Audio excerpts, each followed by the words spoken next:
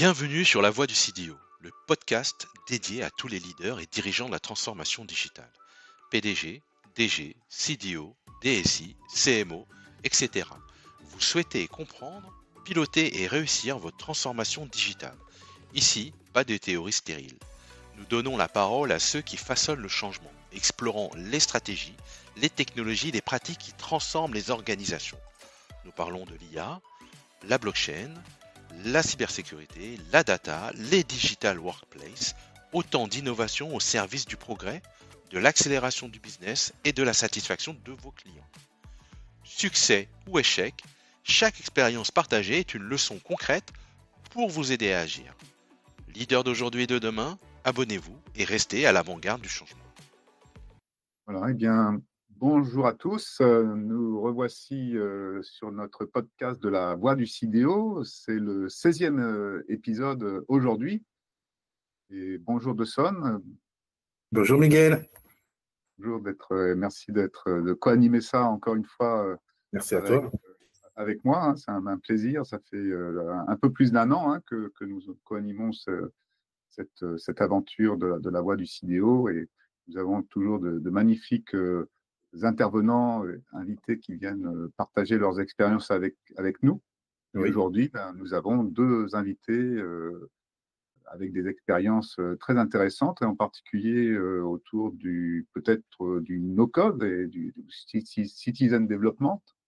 Mais j'ai vu aussi que nous avions parlé peut-être aussi de transformation digitale, bien entendu, mais également de chaînes complètes de transformation autour de Salesforce comme outil. Mais surtout, ce qui est intéressant, c'est l'ensemble de la chaîne de valeur, sûrement, qui est traitée dans une expérience que je laisserai décrire par Simon, qui me semble très, très riche et intéressante à partager avec nos auditeurs. Donc, nous avons aujourd'hui Simon Amaniera et Éric Monoyer comme invités. Et je vais les laisser se présenter, bien entendu, réciproquement, avec leur parcours, leur centre d'intérêt, et puis, bien entendu, les quelques expériences qu'ils vont partager avec nous et sur laquelle nous pourrons mener cette table ronde ensemble. Alors, peut-être Simon pour commencer. Oui, enchanté Miguel et Dawson. Enchanté Simon. Voilà, c'est un plaisir d'être là et de discuter ensemble. Donc oui, l'idée c'était de vous présenter un peu mon parcours et puis de vous expliquer un peu ce que j'ai fait depuis maintenant ces 25 dernières années. Hein. Donc moi j'ai commencé comme webmaster en 2000, donc les premiers pas du web. Donc j'ai conçu mes premiers sites internet en tant qu'autodidacte. Hein. Il y avait absolument aucune formation sur le sujet et clairement c'était un sujet de passion. Donc pendant 2 ans j'ai fait ça donc dans une SS2I en Rhône-Alpes. Donc j'ai commencé comme ça c'est mes premiers pas en fait dans la tech. Hein. Après j'ai continué mon aventure en tant que consultant en gestion et commercial. Donc j'ai fait à peu près 7 années d'apprentissage par le travail. Et je pense que c'est une belle école aussi pour commencer dans ce domaine. Et donc par la suite, j'ai rejoint une entreprise lyonnaise qui est un acteur majeur de la distribution automobile en France, donc qui est spécialisé dans l'ERP automobile, qu'on appelle DMS. Donc eux distribuaient donc des logiciels de gestion pour toutes les marques automobiles qu'on connaît, françaises, étrangères. Et durant 3 ans, en fait, j'ai contribué à la création d'une plateforme web complètement inédite. Parce qu'il fallait savoir que dans les années 2007-2008, aucun concessionnaire automobile n'avait de site web quasiment. Donc c'était un peu différenciant par rapport à d'autres secteurs. L'automobile a toujours un peu de retard. On ne croirait pas comme ça, mais en fait, c'est un secteur où il y a toujours un petit décalage. Et donc, on a commencé à mettre en place nos premiers sites web, un petit peu presque par hasard, parce qu'au début, je devais être formateur et finalement, ils ont vu que ça marchait très bien d'aller dans ce domaine-là. Et puis, 3 années plus tard, et 80 projets plus tard, on s'est retrouvé je me suis retrouvé en formation sur du SIA pour expérimenter de nouvelles tendances. Et je me suis rendu compte en fait d'une opportunité folle sur l'acquisition de leads. Et, et est venue en fait une idée d'entrepreneuriat où je me suis dit, bon, allez, c'est peut-être le moment d'y aller. J'avais 30 ans passés, donc c'était l'occasion de se lancer dans une nouvelle aventure. Et donc, j'ai décidé de créer ma société à ce moment-là pour proposer en fait une solution de génération de leads. Donc, les concessionnaires avaient des sites web, c'était très bien, mais ils n'avaient pas d'opportunité commerciale. Et puis, vous savez, à l'époque, on en parle toujours du fameux mandataire où on vendait des véhicules neufs à moins 30, moins 40%. Et ben, en fait, on voulait faire à peu près ça pour les concessionnaires automobiles. Ils avaient beaucoup de stocks. Nous, on avait l'opportunité de pouvoir les vendre sur Internet.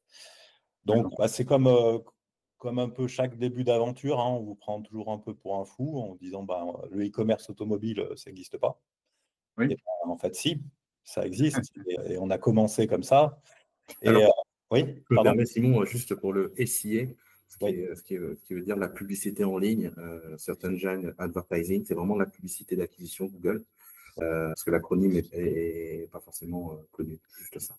Oui, bien entendu. Et du coup, sur ces campagnes-là, on était les premiers à faire venir du monde, hein.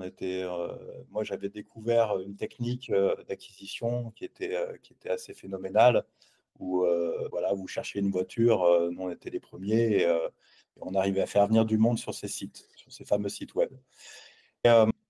Et cette aventure a duré 10 ans, donc c'était une très, très belle aventure avec une petite équipe, puisque on a accompagné une vingtaine de groupes automobiles dans toute la France. Et progressivement, on s'est orienté du e-commerce vers la data et vers le CRM. Donc, c'est des choses qui se font assez naturellement en fonction des attentes de nos clients. Et en fait, l'aventure n'était pas finie, puisqu'en 2020, quelques mois avant la crise du Covid, j'ai cédé mon entreprise à un acteur industriel français, donc du top 10 français, qui souhaitait en fait passer un step sur ces sujets de digitalisation. Ça faisait déjà 3 ans qu'on me côtoyait, qu'on essayait de me racheter, souvent des Canadiens, souvent des Américains. Et là, je tombais sur donc finalement un industriel français, donc c'était quand même une belle occasion. Et surtout, il m'a proposé plusieurs choses. C'est que de continuer finalement l'aventure avec mon équipe. Ça, c'est ce que je voulais absolument. Et au-delà de ça, d'intégrer son groupe. Voilà. Et moi, ce que j'avais imaginé, c'est que au bout de 10 ans de R&D, où vous êtes au top du e-commerce, vous avez 20 clients, donc c'est pas mal pour expérimenter, mais il n'y avait rien de tel que d'avoir un seul client pour aller très très loin. Et finalement, de créer ce que moi j'avais en tête, c'était vraiment cette plateforme 360 où vous faites la génération de leads, vous faites la vente, vous faites la livraison, vous faites le service client, etc. Et j'avais ça en tête avec mon équipe et on le faisait de manière un petit peu artisanale, sans forcément beaucoup de moyens. Et là, j'avais l'opportunité d'aller là où je voulais, en fait. Donc, on a signé un deal, je me suis associé avec lui, et puis rapidement, on s'est retrouvé dans l'engrenage du business, hein. Donc, il a pris 100% de mes parts et on allait beaucoup plus loin. J'ai constitué donc une équipe de 20 personnes, avec une base saine, entre guillemets, de personnes que je connaissais depuis 10 ans. Et ensemble, on a relevé des défis, je pense, assez ambitieux. Et aujourd'hui, même encore à l'heure actuelle, avec la même équipe qui est encore présente dans ce groupe-là. Voilà. C'est un groupe dédié dans le monde de l'automobile aussi. Et quelle taille Oui, c'est 2200 personnes et 80-90 concessions. Il y a toujours des rachats, à peu près 1 milliard, milliard et demi d'euros de chiffre d'affaires. Voilà, donc c'est un groupe qui a 70 ans. Donc c'est parfait pour la transformation digitale, parce qu'il y a des choses à faire. C'est ça, un très bon exemple. On va pouvoir en parler, ça, oui. Très intéressant. Oui. Avec plaisir. Donc voilà, c'est pour vous résumer un petit peu mon parcours. Aujourd'hui, moi, je suis consultant indépendant et surtout entrepreneur de nouveau. Donc j'ai plein de petits projets satellites que je garde un peu dans les tuyaux là pour les prochains mois. Voilà. Super. Merci Simon, on va pouvoir rebondir sur tout ça. Et Eric, bien entendu, si tu veux bien te Me présenter peut-être. Exactement, ouais. Alors, j'ai un parcours au départ assez classique, hein, puisque je fais partie de la génération des associés qui ont créé Accenture. Chez Accenture, je faisais surtout du delivery, surtout de l'intégration de systèmes. J'étais responsable au niveau Europe de tout ce qui était grand système, donc j'étais un peu monsieur Big is Beautiful. Plus c'était gros, plus ça m'intéressait, plus je trouvais ça challenging. Ce qui m'a donné d'ailleurs, je reviendrai à la fin là-dessus, mais ce qui m'a donné l'opportunité d'utiliser des technologies qu'à l'époque on appelait les ateliers de génie logiciel, de Computer Aided Software Engineering, qui sont les ancêtres quelque part du low-code aujourd'hui. Et puis en 95, un peu plus tôt que 2000, j'ai vu l'Internet et donc j'ai commencé à monter un groupe de consultants spécialisés sur le web. Monter aussi des sites Internet, faire de la partie e-commerce pour des banques qui avaient des systèmes de paiement et donc leur amener en fait des flux. C'était une très belle époque. Il y avait beaucoup d'excitation, beaucoup d'activités, beaucoup d'opportunités. Et puis, malheureusement, j'étais contre le projet de création d'Accenture en tant qu'associé, puisque je ne voyais pas la raison pour laquelle on allait perdre notre indépendance et rentrer en bourse. J'avais sans doute pas les mêmes motivations financières que les senior partners à le faire. Bon. Et j'ai eu la chance que McKinsey m'identifie à travers ses chasseurs de tête et vienne me chercher pour me proposer de porter 2 casquettes chez eux en tant qu'associé. Une casquette qui consistait à m'occuper du conseil IT en Europe, francophone. Ouais. Et deuxième casquette qui m'intéressait encore plus, qui était non seulement la capacité à faire des stratégies Internet, mais à les mettre en œuvre. Et McKinsey, à l'époque, avait on appelle une burning platform parce que leur stratégie Internet était un peu compliquée à mettre en œuvre derrière ça. Et donc, après un long processus de due diligence, je suis rentré comme associé directement chez McKinsey. Et on a eu le temps de faire une très belle réalisation puisqu'on a créé Opodo, le site de voyage. Donc, je peux vous raconter l'histoire d'Opodo depuis la page blanche jusqu'au MVP. Et j'ai joué pendant ces 18 mois, j'ai joué le rôle de CTO avant de passer la main à une équipe recrutée par un chasseur de tête pour prendre la suite. Voilà, c'était une très belle expérience. C'était assez intéressant. On ne parlait pas encore à l'époque d'Agile, mais comme on avait un steering committee tous les 15 jours, voilà, on était dans le rythme. On était dans le rythme. Et donc, bon, et puis ça s'est avéré être un succès. Bon, ça, c'est pas si mal. Voilà, et puis à partir de milieu des années 2000, je suis devenu consultant indépendant, où en fait, ce qui m'a le plus intéressé, c'est de travailler avec des pure players du digital pour les aider à pénétrer le marché des grandes entreprises françaises. D'accord. Pour une petite entreprise, tout le processus de référencement, il y a pas mal de choses qui sont des barrières à l'entrée, où les fondateurs n'ont pas nécessairement la capacité ni la vocation à se concentrer sur être référencé, répondre à des appels d'offres, etc. Donc, j'ai travaillé là-dessus, tout en restant dans le delivery, puisque j'ai beaucoup travaillé avant le Covid sur toute la partie, ce qu'on appelait Digital Factory. Et aussi bien en donnant des conseils à des clients pour monter des Digital Factory que monter pour eux des Digital Factory, clé en main, et d'exécuter. On avait une méthode, à l'époque, ça ressemblait à une démarche pluridisciplinaire avec des designers, des growth hackers, des business analysts, et on avait notre propre méthode agile pour faire travailler tout ce petit monde selon un principe et un rythme de sprint, c'est ce qu'on appelait à l'époque la méthode Spotify, même si quand Spotify a communiqué officiellement sur sa méthode, elle a dit qu'il l'avait jamais mis en place complètement parce que c'était trop compliqué. Et nous, on essayait. Il y en a encore qui essayent d'ailleurs. Voilà. Et puis, j'avais, dans mon parcours de consultant indépendant, j'avais travaillé chez un éditeur qui avait développé une machine, une plateforme constituée de robots. qui permettait d'accélérer le développement de logiciels. On avait un facteur de productivité x10, on avait une accélération du time to delivery x4. Donc, et tout ça a été prouvé par des clients pilotes. Donc, c'était assez intéressant et on se posait des questions sur le go-to-market. Et après avoir fait des tests avec des ESN et des DSI, ma conclusion que j'ai apportée au fondateur, c'était qu'il était un peu comme l'inventeur du moteur à eau dans l'industrie automobile. C'est-à-dire qu'il créait un problème aux acteurs en place. Et parce que les DSI, les programmeurs, les développeurs étaient résistants au fait de basculer sur une plateforme comme ça. Ils avaient l'impression de se dévaloriser par rapport à leur valeur marché. Et les ESN disaient gentiment, bah, écoutez, comme nous l'a dit un jour un patron d'ESN, j'ai une force commerciale pour 1000 développeurs, je n'ai pas une force commerciale pour 10 000 développeurs. Donc, bon, bah, non, ça ne m'intéresse pas.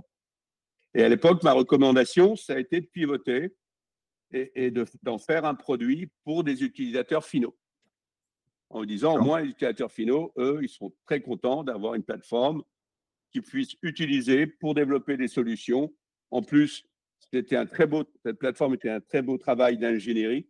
Et donc, la partie technique, le SLOC était très solide. Donc, il y avait très peu de risques techniques embarqués dans des projets métiers, puisque c'était géré par des robots spécialisés suivant les technologies. Et donc, il ne m'a pas écouté, il a voulu continuer dans la tech. C'est un homme de la tech. Et donc, on s'est quitté là-dessus.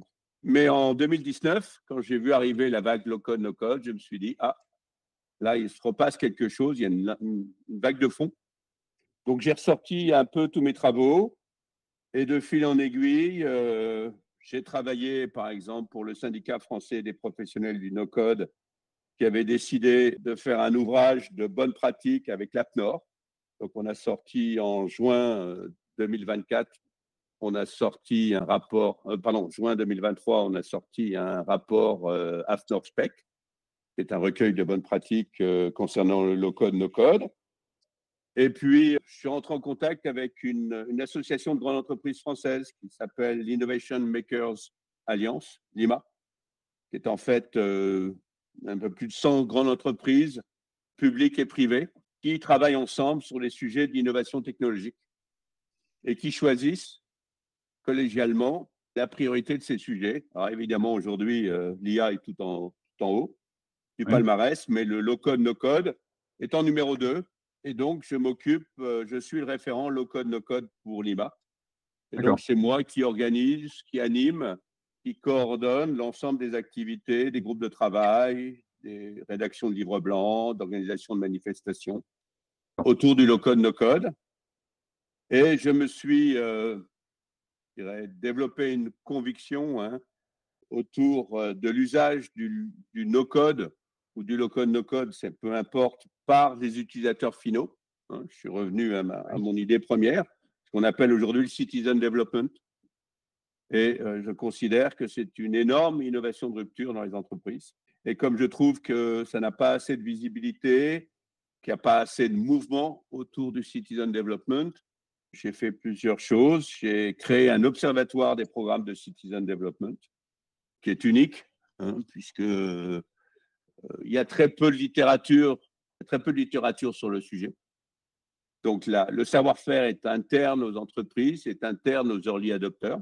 Donc, grâce à l'IMA, j'ai pu constituer un groupe de 5 ou 6 entreprises early adopters et donc de travailler avec eux.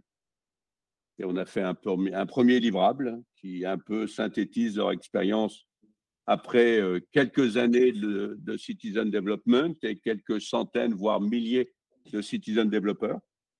Et là, on vient de lancer quelque chose qui n'a jamais été fait pour l'instant au monde, qui est une enquête auprès des citizen développeurs pour savoir comment ils vivent justement cette nouvelle activité. Et puis, j'essaye de rentrer en contact avec un maximum de gens intéressés par le sujet en France et à l'étranger. Et pour ça, j'ai créé une entreprise à mission qui s'appelle l'Institut du Citizen Development, dont l'objectif est justement de créer un écosystème d'acteurs, que ce soit d'entreprises qui sont intéressées par le sujet, d'éditeurs qui ont des solutions compatibles avec le citizen development, et de prestataires de services et de consultants qui voudraient se positionner sur ce sujet. Et l'objectif, c'est pour faire démarrer ça. Voilà, et je suis membre étranger d'un groupe de travail américain sur le sujet qui s'appelle CD Connect. Voilà, donc c'est ma passion. On est au début de l'histoire. Moi, je rappelle toujours quand on me dit ouais, Citizen Development, c'est des petits trucs, machin et tout. Je rappelle quand même qu'en ingénierie logicielle, on a une soixantaine d'années d'expérience, puisque pour mémoire, quand même, le terme et cet ensemble de pratiques autour de l'ingénierie logicielle est issu d'une conférence organisée par le comité scientifique de l'OTAN en Allemagne en 1969. Voilà. D'accord. Et qui a rassemblé des experts américains et européens autour du sujet du développement de logiciels, qui était un sujet difficile à l'époque, qu'on ne maîtrisait pas du tout. Et donc, aujourd'hui, on a quand même une certaine maturité et pas mal de méthodologies et d'expériences développées autour du sujet. Alors que Citizen Development, on a quoi 5-6 ans, quoi. Donc, on a encore du chemin à faire et avec l'arrivée de l'IA, on va se retrouver dans un monde tout à fait différent en termes de capacité donnée à un utilisateur final pour créer des outils digitaux pour l'aider tous les jours. Des applications, des services, etc. Voilà, exactement. Donc voilà. Bon, super. C'est vraiment très, très riche.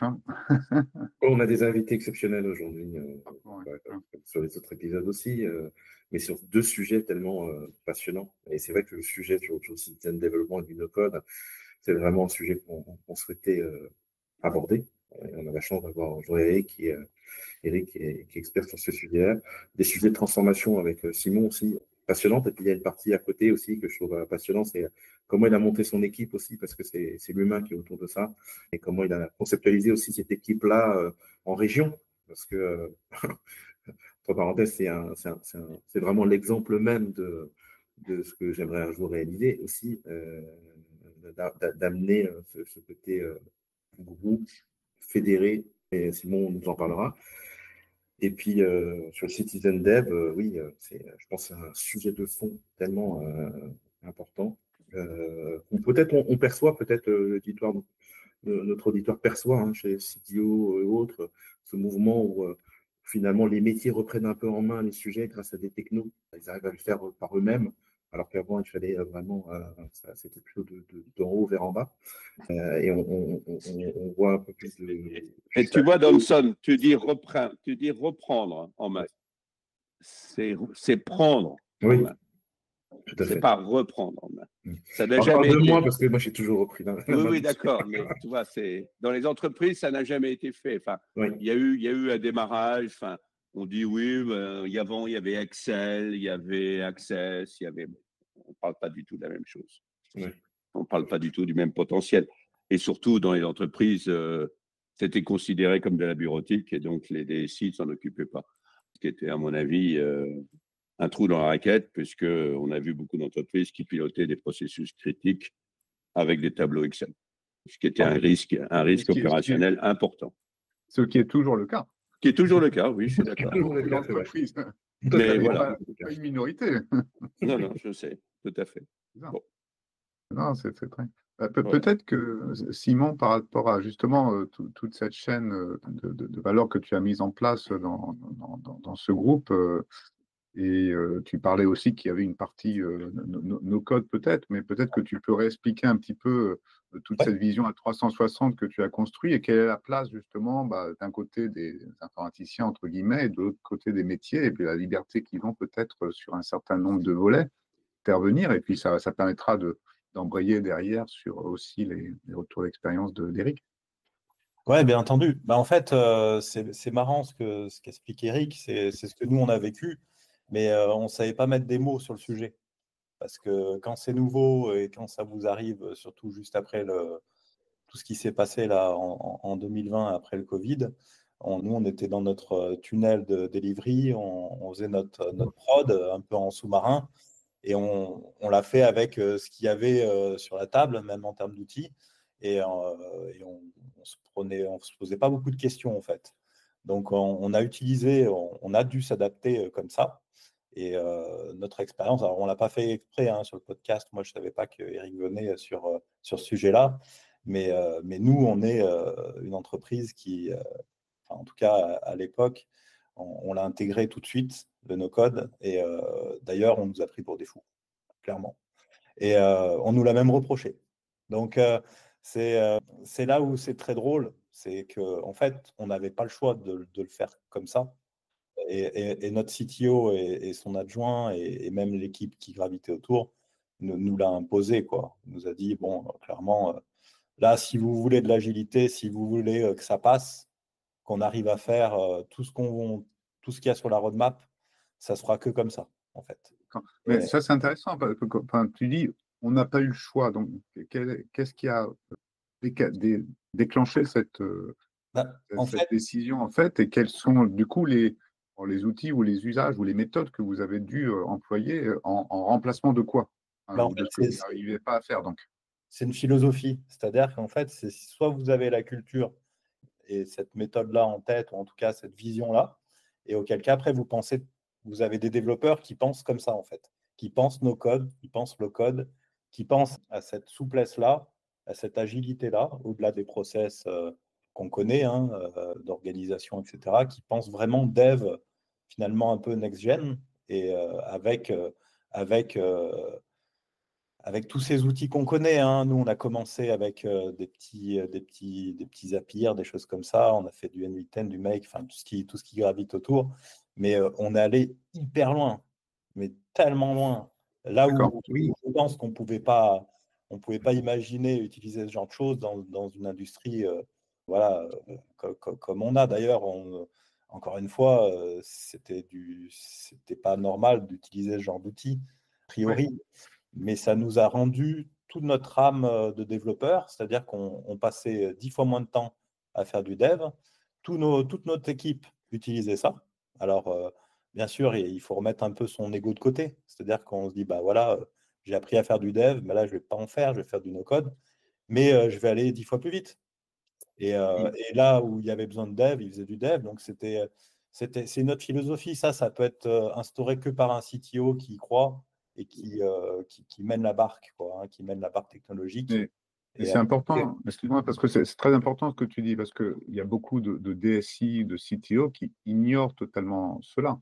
Donc là, tu es en train de donner et qui même interdisent d'ailleurs. Tu as cité Zapier, tu as cité Make et tout ça, ce sont des services externes à l'entreprise qui vont venir se connecter à des composants potentiellement de l'entreprise ou à d'autres services SaaS externes. Donc, ça peut être carrément interdit. Donc, je comprends que c'est un changement d'état d'esprit, mais ça veut dire qu'il y a une gouvernance à mettre en place pour arriver à non seulement changer d'état d'esprit, mais arriver à gérer ça correctement en lien avec les développements. Parce que Zapier, Make et ces choses-là, ils ne réalisent pas tout non plus, ils orchestrent. Donc, ça veut dire qu'il y a bien des composants aussi qui doivent être néanmoins développés en propre ou des services existants qu'on agrège. Oui. Moi, je dirais même, alors, par rapport à Simon, encore plus spécifiquement, c'est qu'il nous racontera, c'est qu'il a aussi construit une équipe avec cet état d'esprit et de l'accompagnement, au-delà d'adopter, c'est qu'il faut aussi acculturer cet état d'esprit avec une équipe. Et c'est pour moi, de ce qu'il m'a partagé, la réussite aussi de cette expérience. Parce qu'il a amené cette équipe. Il va nous en parler parce que moi, je trouve que la manière dont il a créé son équipe et la manière dont ça peut expliquer cette agilité aussi. Et voilà. Oui, moi, je voulais ajouter tout à fait parce que avoir un CTO qui décide, un CTO visionnaire qui décide, c'est une chose. Avoir une équipe de dev, enfin toute une équipe qui rentre dans la même vision et qui la met en place, c'en est une autre. Je pense qu'il y a pas mal d'entreprises où la vision, elle est là potentiellement, mais les résistances, elles sont là aussi. Et donc, il y a une prise de risque qui n'est pas réalisée. Parce qu'aujourd'hui, soyons clairs, hein, on a des plateformes de développement low-code, no-code pour le monde de l'entreprise, hein, pas uniquement pour des startups, qui sont tout à fait capables de développer des systèmes critiques avec un haut niveau de résilience, etc. Donc, il n'y a plus de barrières technologiques. Si vous voulez, des noms, Eric, si vous voulez, alors, chez les anglo-saxons, vous avez Appian, qui est une plateforme dite entreprise. Du monde du workflow, hein. Voilà, vous avez Mendix, qui a été racheté par Siemens, qui est également dans ce monde-là. Vous avez OutSystem, qui est originellement une plateforme portugaise qui s'est exportée aux États-Unis pour lever des fonds. Et puis, vous avez en France, vous avez au moins 3 plateformes qui peuvent faire état de références corporate sérieuses.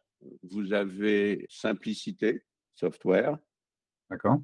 Vous avez Convertigo, qui est une plateforme open source. Et vous avez, troisièmement, XAR, KS2AR. Ils sont 3 plateformes.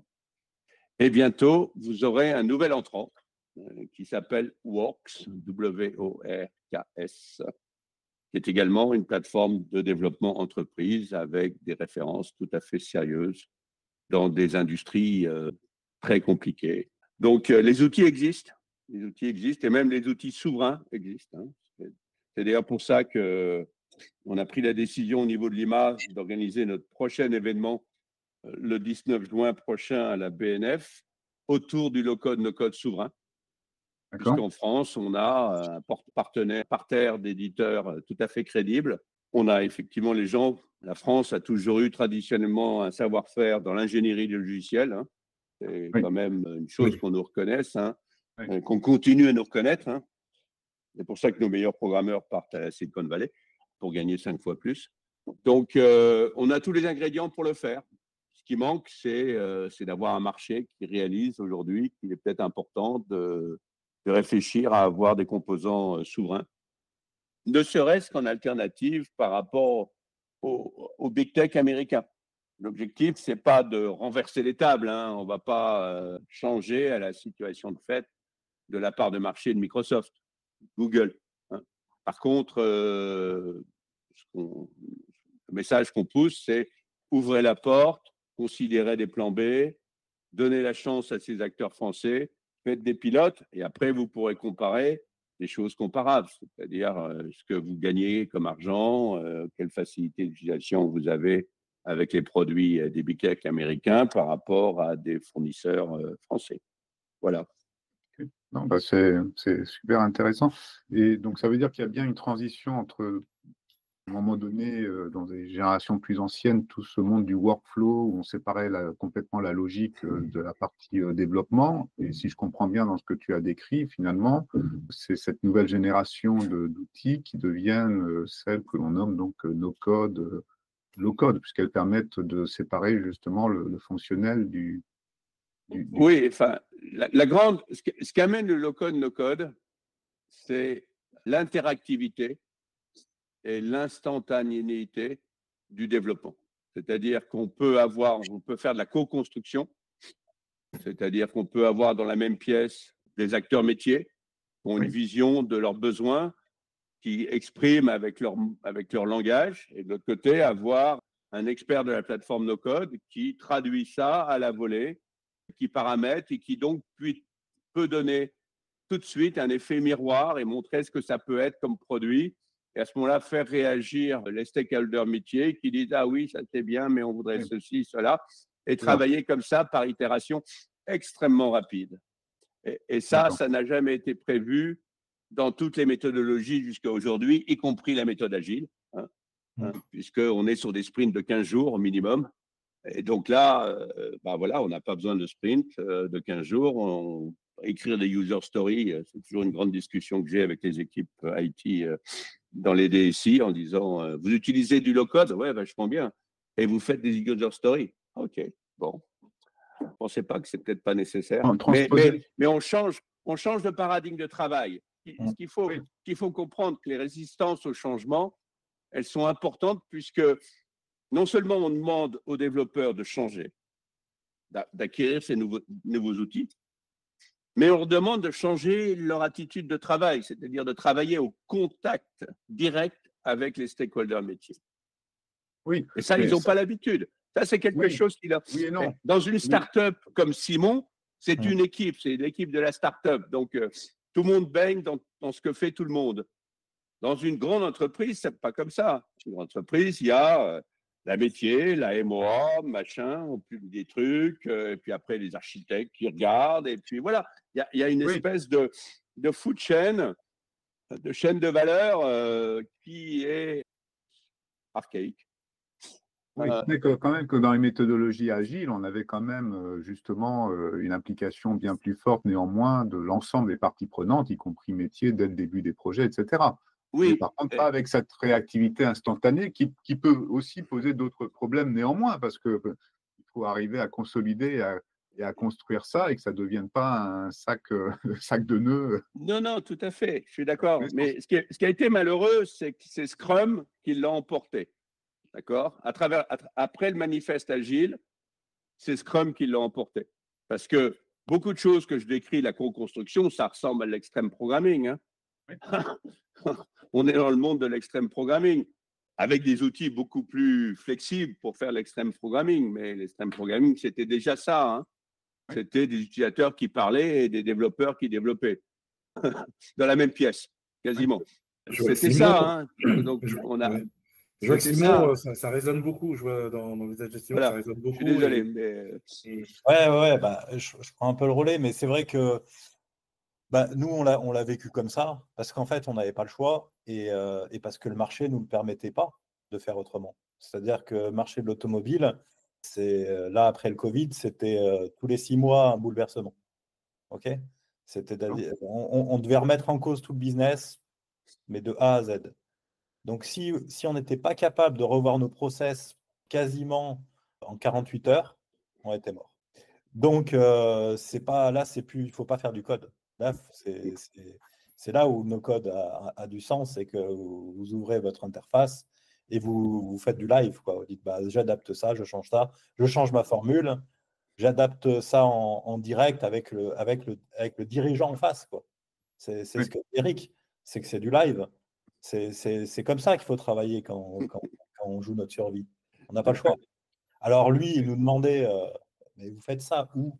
Sur quelle interface ? Et donc, on explique ça. Heureusement qu'on a un dirigeant jeune qui, je pense, est en capacité de comprendre. Mais ce n'est pas le cas à chaque fois. Nous, en tout cas, c'était très particulier. C'est un contexte en environnement qui est ultra spécifique.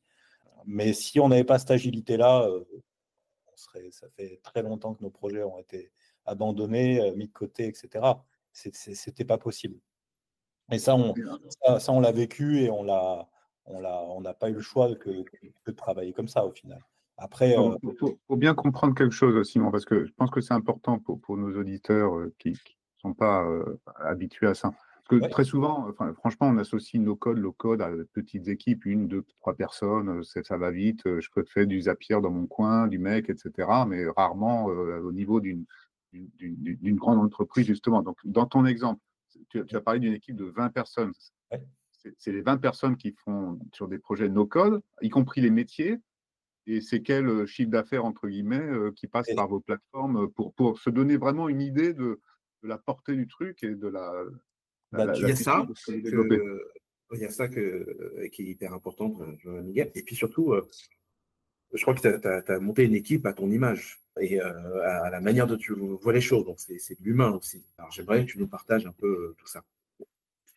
Ok, je réponds à Eric, mais dans tous les cas, il y a plusieurs choses. Oui, il y a beaucoup de chiffres d'affaires qui passaient par ces systèmes. Je dirais qu'il y a même 50% du business, quoi. Donc, tu aurais 1 milliard 500 millions. Ouais, un peu plus de 500 millions, je pense, largement. Parce qu'en fait, on vendait nos véhicules d'occasion grâce à ça, donc en s'adaptant en live avec ces outils-là. Mais même, en fait, tout notre business repose là-dessus parce que tout est intégré. Donc, pour ça, il faut que je vous explique un peu aussi tout finalement tout cheminement, parce que là, on a commencé un peu par la fin. Mais ce que disait Dawson, pour commencer par finalement les fondamentaux, c'est que pendant 10 ans, en fait, moi, j'avais l'idée de créer une Dream Team, quoi, de créer mon équipe avec toutes les compétences pour faire d'une entreprise, pour aller plus loin, donc avec mon entreprise. Et pour ça, en fait, nous, on a commencé sur de l'open source avec du PrestaShop, des plateformes e-commerce pour avoir cette souplesse-là, adapter finalement tout le code à l'automobile. D'ailleurs, c'est une techno qu'on a revendue derrière, hein, parce que ça avait de la valeur, qu'on utilise toujours. Voilà, donc ils ne sont pas, même 15 ans plus tard, elles sont encore là. Et bon, bah, clairement, en fait, cette équipe, j'ai fait 15 ans avec, donc c'est-à-dire qu'on est vraiment allé au bout de l'aventure et ils y sont encore donc, dans l'aventure. Donc c'est elle qui a la plus grande valeur, hein, donc ça, on y reviendra, mais on a commencé avec l'open source, on a commencé dans cette philosophie-là, et puis après, bah, il est arrivé des outils comme du mail parseur au début, et qu'on utilise aussi, du Zapier, tout ça, donc des technos en fait qui nous font gagner un temps monstrueux et qui nous facilitent toute une partie des process. Donc ça on l'a utilisé. Et puis dans les fondamentaux de cette équipe, il y avait l'idée de travailler d'une autre manière. Et je pense que ça, moi, je l'ai fait en 2014. J'ai investi dans une ferme au milieu de la campagne, toute rénovée, en se disant, voilà, en fait, moi, je ne veux pas travailler à Lyon. Je ne veux pas être en ville. Je veux attirer des talents en campagne. Et je veux faire en sorte que les gens, en fait, vivent l'aventure au bureau comme chez soi. Voilà. Et c'est comme ça qu'on a réussi finalement à recruter des gens qui étaient en ville, qui sont venus justement, qui se déplaçaient, donc qui faisaient le sens inverse des citadins, quelque part, et donc ils n'avaient pas de bouchon, pour le coup. Et, et donc on arrivait à attirer ces talents et à les fidéliser. Et on a constitué une véritable équipe qui à la base, en fait, donc pour vous expliquer un peu l'histoire, hein, nous, on est arrivé en 2020 avec l'idée de faire une plateforme e-commerce qu'on a refaite parce qu'on avait 10 ans d'expertise là-dessus. Et en fait, en mars 2020, il y a le Covid. Donc, la seule chose qu'on nous dit, c'est bon, les gars, c'est sympa, mais là, l'activité est arrêtée. Vous venez d'être acheté, mais il n'y a plus de business, quoi. Et ça tombe bien, en fait, vous êtes les seuls à pouvoir faire du business parce que vous êtes les seuls à pouvoir vendre des bagnoles à distance. Okay. Donc, nous, on sort de nos cartons tous nos devs. Donc, pas de problème. Ce qu'on devait faire en 2 ans, on l'a fait en 9 mois. On était, on était capable de vendre donc des voitures en ligne. Donc, c'est ce qu'on a fait. Parce qu'on était à la limite vraiment pour ça au départ. Je pensais avoir plus de temps, mais au final, on n'avait pas le choix. Donc, on a fait une centaine de sites web en quelques mois. Donc, les équipes sont mobilisées là-dessus, mais on n'a jamais travaillé comme ça de notre vie, quoi. C'est full télétravail.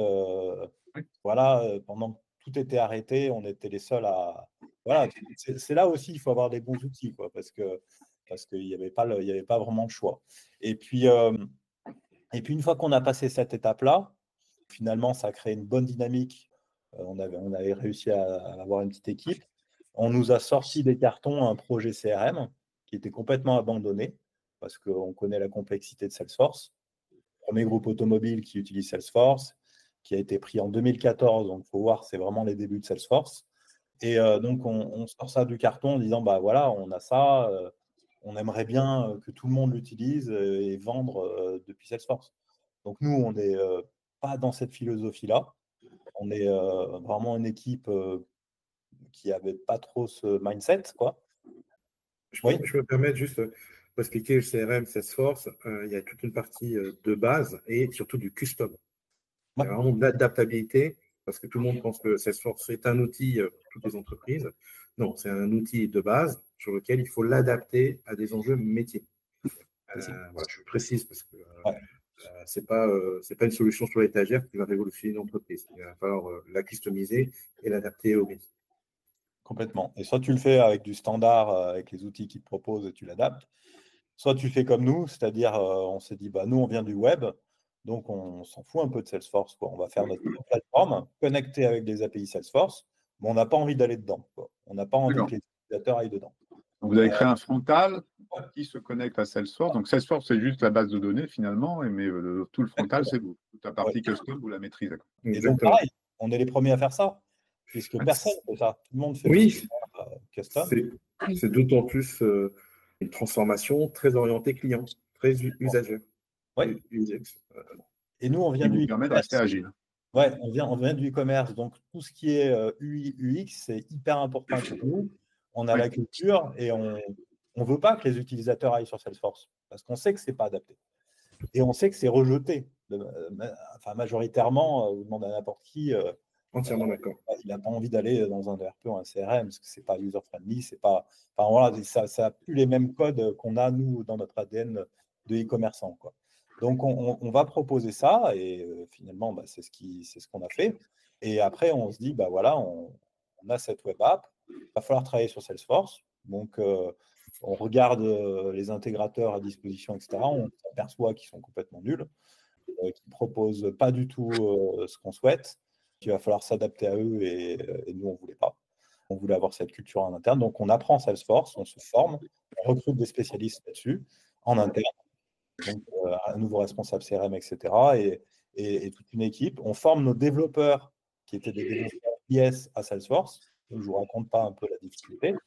Parce que là, on change de… Voilà. Et en plus de ça, on leur dit il va falloir aussi faire du no-code. Voilà. Mais ça, c'est la culture de l'entreprise. Hein. On veut une équipe, mais qui soit hyper souple, hyper capable, parce que voilà, on est dans un super contexte de travail, avec une très bonne entente et des personnes qui s'apprécient, quoi. Voilà. Donc, et qui se connaissent depuis longtemps. Donc, on a réussi à faire ça. Et quelques années plus tard, ça prend du temps, tout ça, 20 personnes plus tard et beaucoup de travail, on arrive à construire cette plateforme et finalement à faire une plateforme métier sur Salesforce avec une expertise sur la vente de véhicules d'occasion. Et donc, on arrive à faire ça en bonne et due forme et on livre ça en 2024. Voilà.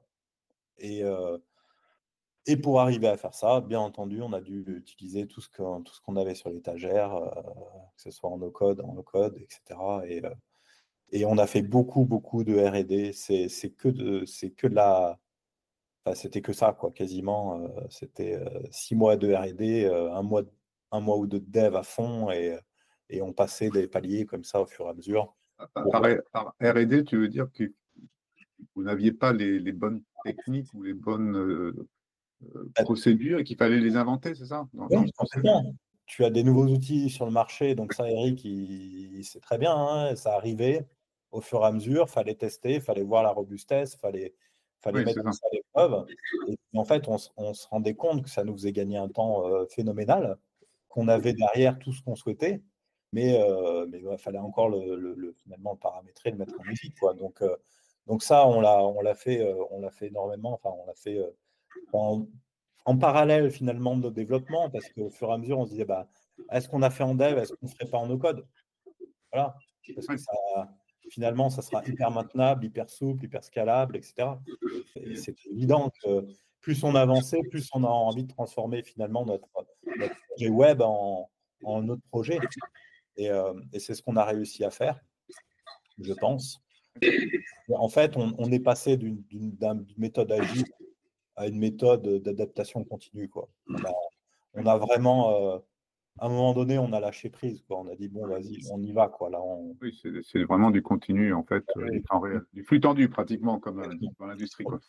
Eric, à la fin, pour livrer et pour être vraiment très précis finalement, dans les updates, quoi. Voilà. Donc, comment la maintenance, parce que justement, ça c'est un autre problème, je trouve une idée reçue aussi que la maintenance devient infernale sur des trucs low-code, parce qu'il y en a dans tous les sens. Alors justement, comment vous gérez cette phase-là, ou à la limite, il y a peut-être plus de phase de maintenance, puisque c'est du continu et du flux tendu? C'est l'inverse, en fait. C'est 10 fois plus facile à maintenir que le reste. Tout à fait. Et c'est ça, ouais. C'est intéressant que vous développiez là-dessus, parce que c'est vraiment, il faut tordre le cou à certaines idées là-dessus. Ouais. Eric, est-ce que tu as, par rapport à l'expérience et à ce que nous a partagé Simon Non, mais c'est de nouveau, moi, ça me rappelle un peu au Podo, quoi.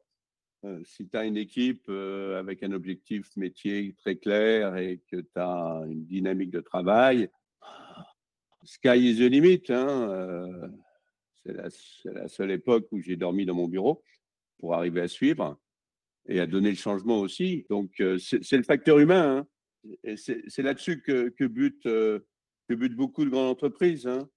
Quand on voit le niveau de désengagement au travail, après, il ne faut pas être étonné que c'est difficile pour les entreprises de devenir agiles par rapport à des acteurs comme ce que décrit Simon, qui vivent dans un autre monde, qui vivent dans un autre monde avec d'autres règles. Donc, c'est ça qui est le plus difficile à régler. Parce que les outils, dans le coup, ça dépend, si tu veux. C'est sûr qu'aujourd'hui, si on parle citizen development, ce qui est pas du tout ce que décrit Simon. Simon, il décrit une start-up, une scale-up qui travaille avec des outils modernes, une répartition des responsabilités, enfin, quelque chose de très organisé et formalisé dans leur méthode de travail entre eux. Le citizen development, c'est pas encore ça. On en est loin d'être là. Et c'est vrai que un des sujets sur lequel il est nécessaire de progresser concernant le citizen development, c'est la qualité de ce qui est produit. C'est vrai. Et ça, c'est vrai. Mais l'hypothèse qui est de plus en plus partagée, c'est que c'est un problème transitoire. C'est-à-dire que au fur et à mesure que les plateformes utilisées par les citizen développeurs intégreront de plus en plus de l'IA générative, ce problème de qualité disparaîtra, puisque l'IA générative, le moteur d'IA, drivera quelque part la qualité de ce qui sera produit et donnera les conseils nécessaires et également maintiendra une cohérence d'ensemble. Parce que l'autre problème aussi, c'est que tu peux avoir, Miguel, 50 citizen développeurs qui ont chacun fait quelque chose qui fait du sens et bien fait, mais ensemble, ça ressemble pas à une architecture d'applicatif. Bien sûr. Ça ressemble à un bazar. Bon, et ça parce qu'il n'y a pas les outils aujourd'hui. Les outils ou la gouvernance. Non, mais justement, la gouvernance, tu peux pas demander à des architectes. Je vais te dire le sujet. Le cycle de décision et d'analyse des architectes est absolument incompatible avec la vitesse de développement de ces outils. C'est malheureusement un fait. C'est-à-dire que moi, j'ai vu ça dans des digital factories. J'ai été voir des grands architectes d'entreprise en leur expliquant qu'on faisait une digital factory dans leur entreprise, et que j'allais me plier à leurs règles d'architecture. À une condition. C'est que je voulais un délai de réponse de 48 heures. Oui. Ah oui. Il y a beaucoup d'architectes d'entreprise qui te disent non, attends, qui refusent on a autre chose à faire. On a autre chose à faire, on ne travaille pas comme ça. Oui, parce qu'ils travaillent avec d'autres méthodes, effectivement. Oui, mais ils travaillent surtout, ils ont une habitude personnelle.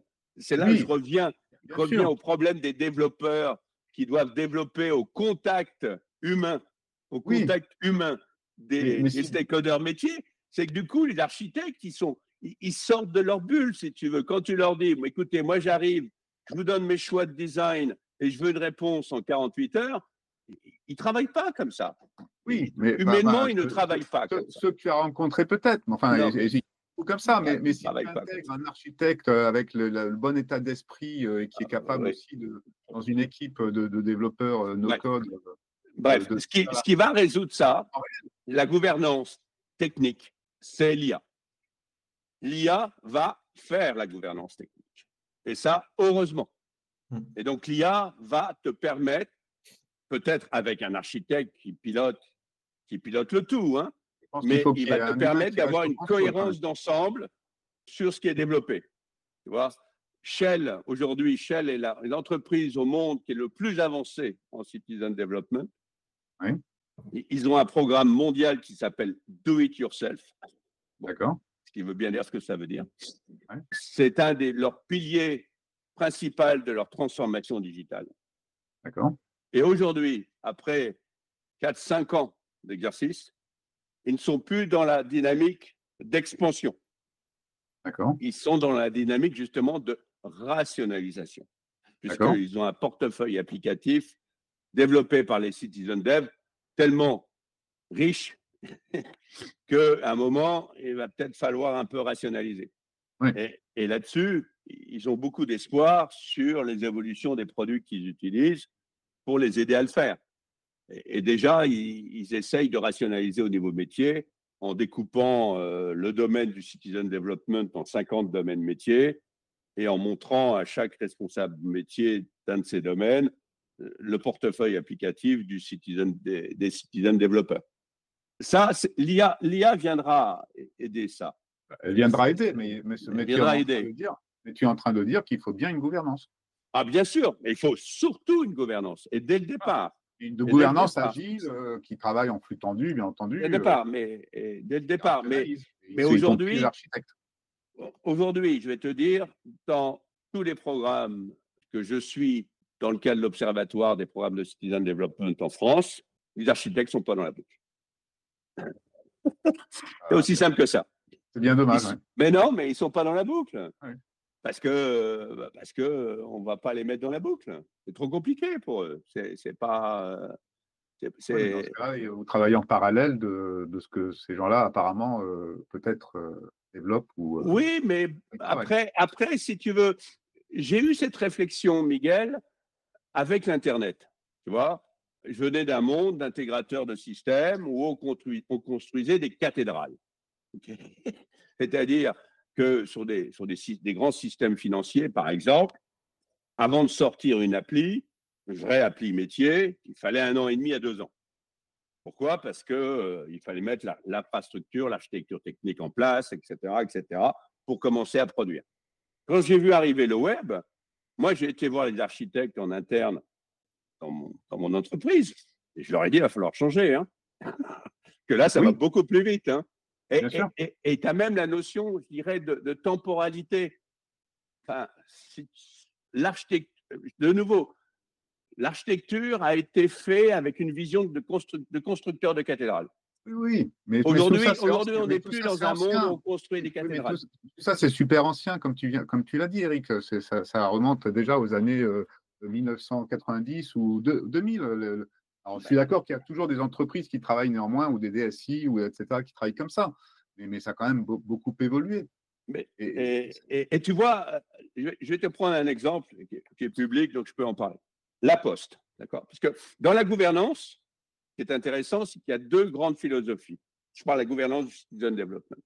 Il y a une philosophie très française, très cartésienne, qui est tout ce qui n'est pas autorisé est interdit. Donc, tu as des étapes de contrôle, d'autorisation avant qu'un citizen développeur puisse monter et réaliser son truc. D'accord ?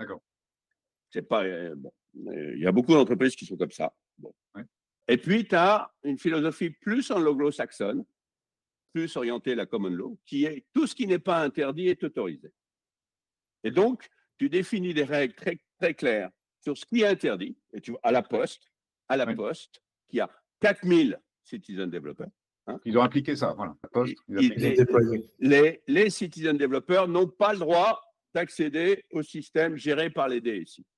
Bon, ça c'est clair. Ils n'ont pas le droit, voilà. Et donc, ça, quelque part, ça permet aux DSI de dormir parce que les citizen développeurs ne vont pas modifier leur système. Bon. D'accord. Eh bien, écoute, c'est tout. Ça s'arrête là. Ça s'arrête là. À côté de ça, ils peuvent faire ce qu'ils veulent. Voilà. Exactement.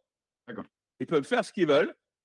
Et tu as une structure centrale qui fait de l'animation, qui essaye de comprendre un peu ce qui se passe, qui s'appelle la Fabrique des usages.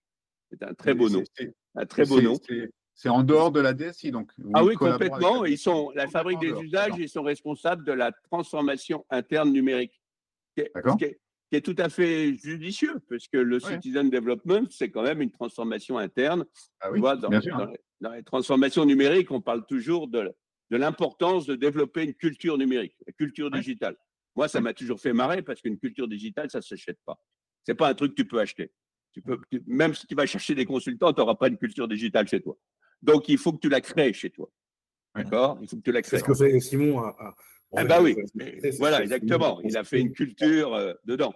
C'est là où on est dans un modèle temps long, parfois. Et le citizen development, c'est un des grands avantages, un des grands apports du citizen development, c'est le développement d'une culture digitale dans les entreprises. Pourquoi? Parce qu'il y a des citizen développeurs. Et qui sont ces citizen développeurs? Ce sont des gens du métier qui ont décidé de se prendre en main, de prendre les outils qu'on leur autorisait, avec les formations qu'on leur donnait, pour développer des solutions à des problèmes irritants qu'ils ont tous les jours. Et donc, ils prennent contrôle, en fait, de leur activité, et ils prennent contrôle de l'usage du digital dans leur activité. Et à la Poste, comme ça, aujourd'hui, l'application qui gère les tournées des facteurs, qui est donc utilisée par tous les facteurs, émergé, groupe de citizen development constitué d'un facteur, d'un responsable de facteur et d'un responsable de centre de tri. D'accord. Il a émergé complètement, à tel point aujourd'hui que ces 3 personnes, qui sont un peu les product owners de cette appli, ont été détachés à la DSI Courrier pour continuer à gérer leur appli. Mais tu vois, ça montre la puissance du phénomène. Et ça permet d'autoriser un peu le bazar, quoi. Parce qu'on me dit, ah oui, mais les citizen développeurs, ils vont développer 2 fois, 3 fois la même chose. Oui, c'est vrai. Mais le temps de coordination, est-ce que le temps de coordination, aujourd'hui, avec les moyens du bord, une fois qu'on aura un IA qui dira, tu t'arrêtes parce que ça a déjà été fait, tiens, je te l'amène et tu peux travailler à partir de là, on sera dans l'instantané, on pourra le faire.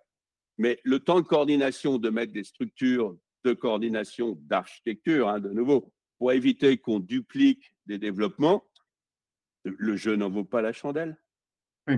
Non, ce qui est intéressant là, c'est que vous citez, vous êtes tous les deux avec des exemples là, la Poste, énorme entreprise bien entendu, et ton groupe automobile à travers son chiffre d'affaires, énorme entreprise aussi. Donc voilà, ça montre bien qu'effectivement à cette échelle-là, ça peut fonctionner avec les bonnes règles, les bons usages tels que vous les décrivez, et les bonnes personnes bien entendu derrière. Shell, c'est une machine de guerre. Hein. On n'a pas idée, on n'a pas idée de la machine de guerre que Shell a monté autour du citizen development. C'est vrai que c'est un état d'esprit complètement différent. Mais comment des applications, vous parlez d'IA tous les deux, des plateformes comme Cursor aujourd'hui qui permettent de développer, là j'ai des amis là, qui ont monté une start-up, puis l'ensemble de leur application site web a été fait 100% avec Cursor sans aucun développement. Est-ce que ça, vous le rentrez dans la catégorie no-code aussi, du coup? Comment vous mettez? Est-ce que vous avez des retours d'expérience déjà sur ça? Parce que ça génère du code, par contre, malgré tout. Oui, ça génère du code. Tu sais, tu as beaucoup d'applications no-code, d'outils no-code qui ne génèrent pas de code. Tu as tout le mouvement qu'on appelle codeless, qui d'ailleurs, visiblement, parce que si tu ne génères pas de code, tu t'évites beaucoup de problèmes, quand même. Oui, mais je disais que Cursor génère du code. D'accord. C'est pour ça que je comparais à ça. Voilà. Il y a des plateformes qui ne génèrent pas de code du tout. Bien sûr. Et qui sont codeless. Mais oui, tout à fait. De toute façon, aujourd'hui, les éditeurs low-code, no-code intègrent l'IA à 3 niveaux. L'assistance à l'usage, le copilote, pour faire très simple. La génération automatique. Ce qui fait d'ailleurs que des plateformes qui étaient historiquement à destination de développeurs professionnels se retrouvent avec des features pour des citizen développeurs, puisque tu as un prompt et tu fais à partir de ton prompt, tu peux le générer. Donc, tu rentres dans le citizen development. Et le troisième chose, c'est l'invocation de moteurs d'IA au sein d'applications générées par la solution low-code, no-code. Ça, aujourd'hui, c'est là-dessus que travaille tout le monde. D'accord ? Après, la grande la grande échéance ou le grand moment, ça va être les agents intelligents. Où là, le monde du low-code et le monde de l'IA rentrent en interpénétration, puisqu'on ne voit pas comment on va arriver à développer des agents intelligents pour les utiliser sur le terrain dans les entreprises sans passer par des outils no-code. C'est-à-dire que le développement d'agents intelligents ne peut pas rester enfermé dans les murs de l'équipe IA ou l'équipe DSI. Pas possible. Ça ne marchera pas. Donc, tu vas sur du développement, enfin du déploiement à large échelle. Donc, il faut des outils adaptés. Donc, il faut du no-code. Et donc, il faut une mécanique, une dynamique, un peu comme le citizen development. Et là, on va avoir des acteurs qui viennent du monde du no-code, qui ont identifié ce nouveau domaine de développement. Qui vont pouvoir s'approprier ça, du coup. Voilà, mais on va voir arriver, ce qui est plus intéressant, des acteurs, des nouveaux entrants qui seront IA-centriques by design. By design. Aujourd'hui, tous les acteurs que j'ai cités ne sont pas IA-centriques par design. Ils ont tous intégré l'IA quand l'IA leur est tombée dessus. Soyons clairs. Oui, sauf des acteurs comme justement, Claude, Anthropic est en train de révolutionner le domaine avec en particulier son dernier protocole MCP. Avec des plateformes comme Cursor qui effectivement permettent justement. C'est des acteurs qui sont IA-centriques. IA-centriques. Tout à fait, absolument. Est-ce que Simon, pour continuer dans ce que nous partage Eric, qui est fondamental, je pense, sur les transformations de demain, toi, comment tu perçois justement ces usages-là, soit par des solutions no-code, low-code, qui permettent de créer des passerelles assez rapidement, la culture d'entreprise, et comment tu le perçois toi aujourd'hui? Après, on clôturera parce qu'on arrive à la fin de... Bah écoute, nous, c'est la culture d'entreprise. De toute façon, c'est un peu l'opposition entre le digital et le DSI. Enfin, en tout cas, moi, je l'ai vécu comme ça, où tu as deux cultures différentes. Alors après, je pense que tout le monde s'adapte, mais nous, voilà, on a dû utiliser ces outils-là pour arriver à s'adapter au métier, tout simplement. Donc, eux, tu as l'impression des fois que c'est de la science-fiction, quoi. Tu es en train de parler de choses qui n'existent pas dans leur scénario habituel, quoi. Donc je pense que oui, c'est assez compliqué, même dans une entreprise. On l'a vu, je pense que tout ça, c'est assez nouveau dans la culture d'entreprise. Je pense qu'on était vraiment les premiers à vivre ça, sincèrement. Moi, j'ai fait plusieurs conférences, notamment donc, pour des grands acteurs, et ils sont pas trop finalement dans ce... Alors, Eric en parle, mais de grandes sociétés, mais des fois, on a l'impression que c'est un peu on va parler de choses un peu trop futuristes, alors que ça existe depuis déjà un paquet de temps, que c'est stable et que ça permet tellement de choses et tellement d'agilité que, voilà. Donc nous, on est entré un peu dans le choc des cultures, le choc des services. Voilà, il y a tous ces phénomènes-là qui ont fait que des fois, tu n'as pas trop envie d'en parler, de comment tu fais, de pourquoi tu as utilisé ça. Maintenant, les agents IA, tout ça, en fait, nous, on l'avait préparé, mais on savait même pas que ça s'appelait comme ça, en fait. On avait déjà ce souhait d'automatiser des choses pour le métier avec les API, parce que finalement, c'est ça marche. Les API métiers, aller taper de partout, de rassembler l'information et puis de la restituer à l'utilisateur. Donc, nos chatbots intelligents, on les avait déjà fabriqués ou imaginés il y a 3-4 ans. Là, aujourd'hui, avec des agents IA intelligents, on peut le faire. Peut-être des outils, en fait, c'est juste des outils plus pratiques, avec justement la partie IA générative. Mais en fait, nous, on avait déjà cette culture-là. Donc ça, je pense que c'est vraiment une sorte d'ADN que le service a ou a pas, ou adhère pas d'ailleurs. Et ça va changer. Ça va changer avec le temps, avec aussi business, parce que là, tout le monde est en train de s'adapter très, très vite. Moi, sur l'IA, par exemple, j'ai énormément de choses sur la partie service client. Je pense que c'est là où ça va bouger le plus. Nous, on avait historiquement, dans le groupe dans lequel j'étais, on était service client de l'année pendant des années et on était hyper performant là-dessus. Je pense que c'est là où il y aura le plus de changements. Forcément qu'on va aller vers